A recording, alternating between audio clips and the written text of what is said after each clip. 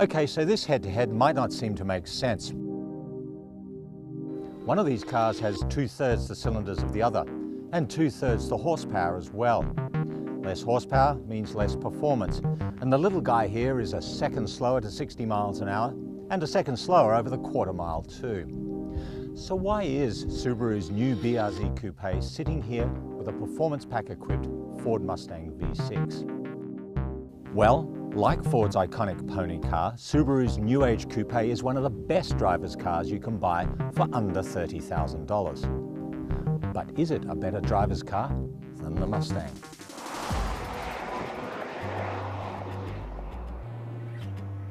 Carroll Shelby once sneeringly described the original Mustang as a nice little secretary's car. And no wonder, most of those original Mustangs came with the same wheezy straight six as your grandma's Falcon. But that was before old Shell put some muscle into the Mustang in 1965, creating the Shelby GT350. That came with a massaged 289 cubic inch V8 under the hood that delivered 306 horsepower. Nearly half a century later, you can still buy a 6-cylinder Mustang. But this 6-cylinder Mustang is no secretary's car, because this 6-cylinder Mustang has just 1 horsepower less than that original GT350.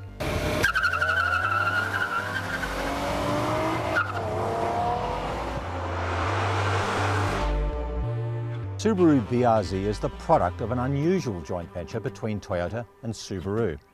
Toyota planned and designed the car, while Subaru engineered it and manufactures it. The BRZ is the world's only front-engine, rear-drive sports car powered by a Boxer engine. The Subaru 2-litre 4 features an all-new block and direct injection from Toyota. Keeping the centre of gravity as low as possible was one of the key design goals for the BRZ, and the engineers have made the most of the flat-4 engine's obvious advantage in this area. The top of the powertrain in this car is no higher than my knee. Two very different cars with the same mission, to make you smile on a winding road. So let's see how they go. You know, I've always hated the V6 Mustang. I remember signing one out of the Motor Trend garage a few years ago. I drove it onto the street, I drove it around the block, and I drove it straight back again. That 4-litre V6 was awful. Rough, raspy, sluggish. It was a boat anchor. This 3.7-litre V6 though is very nice. It's not the world's most sparkling V6, but it's smooth and punchy. You don't feel like you're driving a tractor. The chassis balance is excellent, the front end grip terrific, and of course the Mustang has the best ever steering of any mainstream American car. You can feel how aggressive the Pirelli P0 tyres are. The car really dives into the corners, but you can get on the gas, balance the chassis, and really flow this car down a canyon road. And of course there's a little less weight over the front of the car than compared with the V8 version.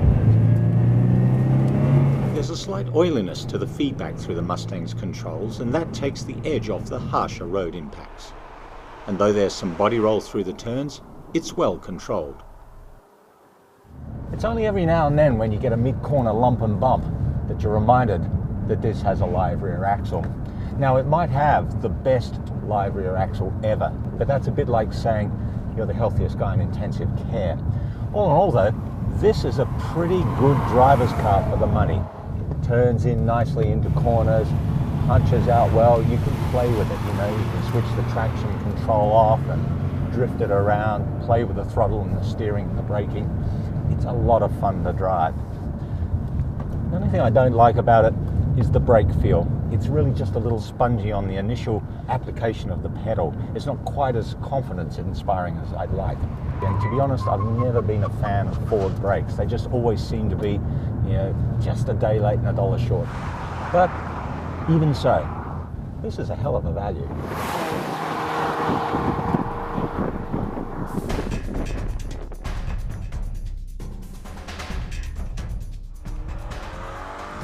Well, first thing you notice about the Subaru BRZ is how light and dainty it feels. This is a car you caress down the canyon road with your fingertips.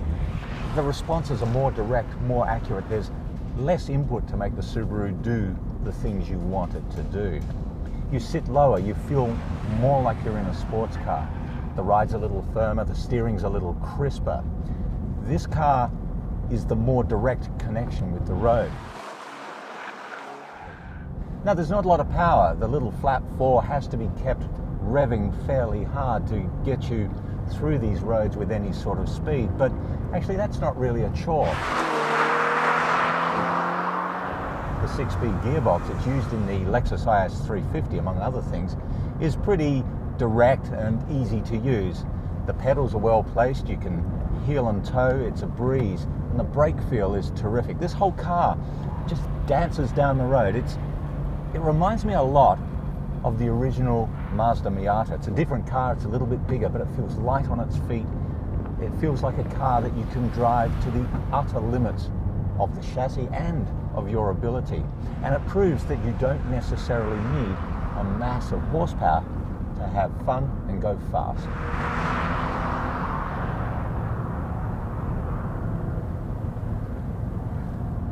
This thing is such a sweetheart.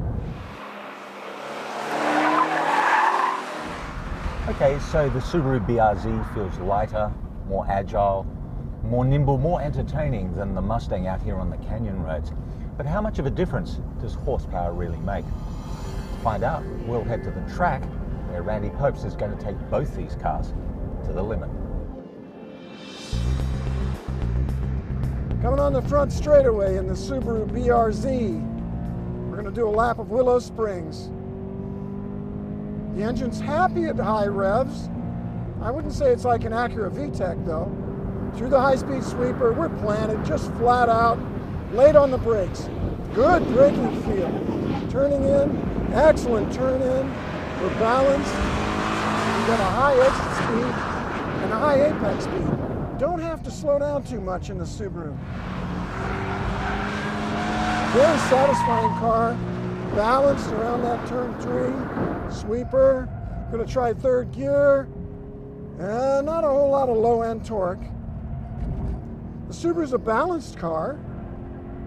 I can just keep my foot down and just drive this car, just drive it. The revs build, but it's not a crazy change to a higher power band like the Acura's VTECs are. Around the banked corner, I think they call it turn 8. Subaru's an easy car to drive. I mean, I can push it hard at low risk. Low risk is important here in turn 9 because we fly over these wheels. Very bumpy, excellent behavior. Great braking. Pretty balanced even when I'm driving it really hard and aggressively. Excellent car transitionally. Don't see the body roll as coming up as a problem. Back on the front straight, aggressive enough to be able to spin the tires, across the finish line. A fun car, very driver oriented.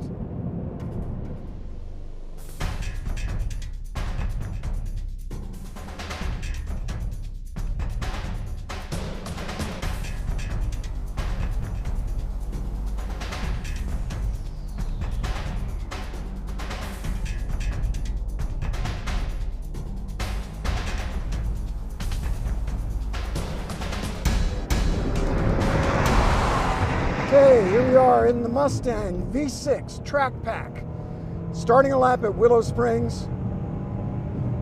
It's got more power than the Subaru. It's running good on the straightaway.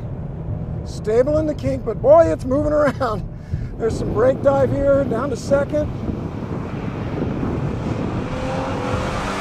Got the power to spin the tires. It's a V6, but it's a powerful one. In the old days, a V6 was the win. Good balance in the middle of the corner. Oh, second gear will take me all the way to the corner. It's a longer gear. Don't have to do as much shifting. That's good because the shifter's not as accurate.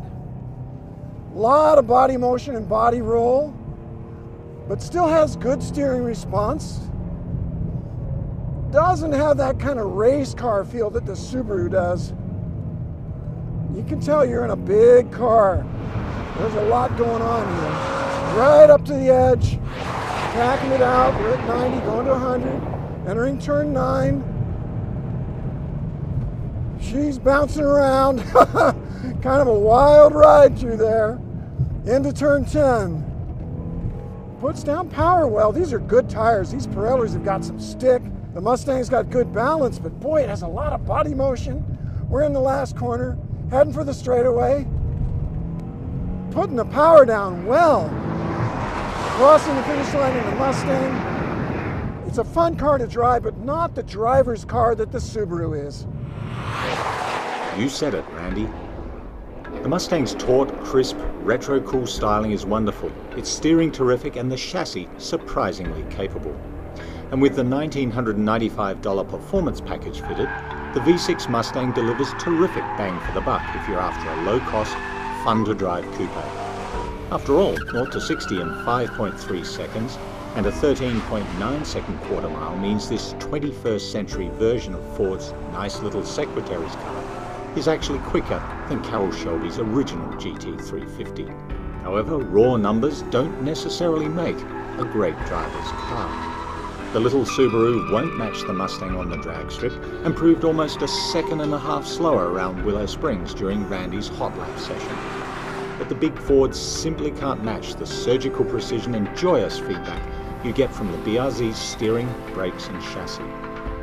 If you love driving, if you love a car that will reward you for accuracy and smoothness, and yet will also let you play fast and loose when you want to, then the Subaru BRZ will have you grinning from ear to ear every time you gun that 2-litre Boxer 4.